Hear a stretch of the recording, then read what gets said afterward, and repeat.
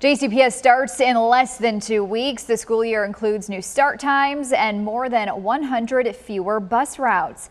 WDRB's Darby Bean talked to some parents today about what they're already worried about with the changes. Darby? Fallon, several parents tell us they have concerns. They reached out to us through phone calls, emails. 2 of them we talked to on camera. You'll hear from in just a minute. I do want to point out that I got an email from one person who said they're in favor of the new start times and the bus route changes. It was somebody who identified themselves as a teacher, saying that it'll add more flexibility to the schedule and hopefully get all kids to school on time. But the parents that we talked with today said these changes are adding some new challenges to their schedule.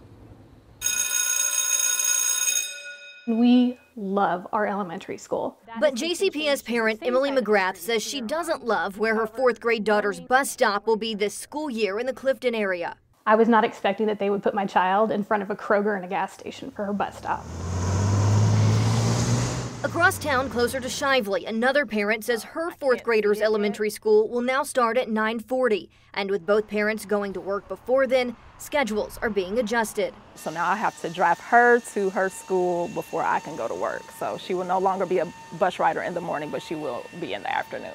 Although her daughter's school has a child enrichment program that allows for early drop-off, it comes with a price tag. Basically, she'll be sitting in her school's cafeteria for about an hour, hour and a half, and then she just gets to walk to her classroom. So I'm having to pay for this before school care, which is going to average about $2,700 for the school year. McGrath says she's filled out a transportation form claiming her daughter's bus stop isn't safe, saying when the plan first came out, it required crossing Brownsboro Road in an area without a crosswalk.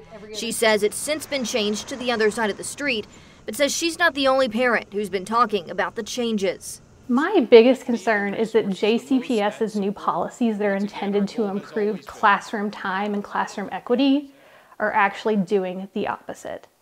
I know that there are families who are having to make decisions between having a job or taking a different job and being able to get both of their elementary schoolers to the bus stop. That is not a trade-off decision a family should make. With less than 2 weeks before kids get back into the classroom, parents say they'll see how it all works. We knew these changes were coming, and so we'll just try to adjust. But in all fairness, this is a gigantic school district, and we have a very expansive geography. We have a lot of families, but I don't think that we looked into enough alternative solutions before we adopted this one.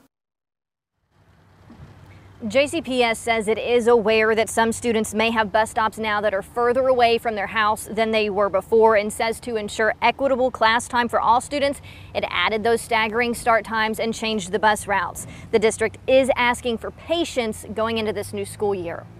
First day of school is always difficult and challenging, no doubt. We're going to have about 67,000 kids that we're going to be transporting, many of our youngest kids getting on a bus and off a bus for the first time.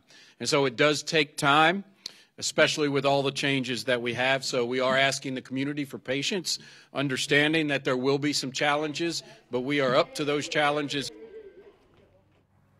And Fallon, JCPS says that its transportation team is reviewing all those bus stop request forms that come in.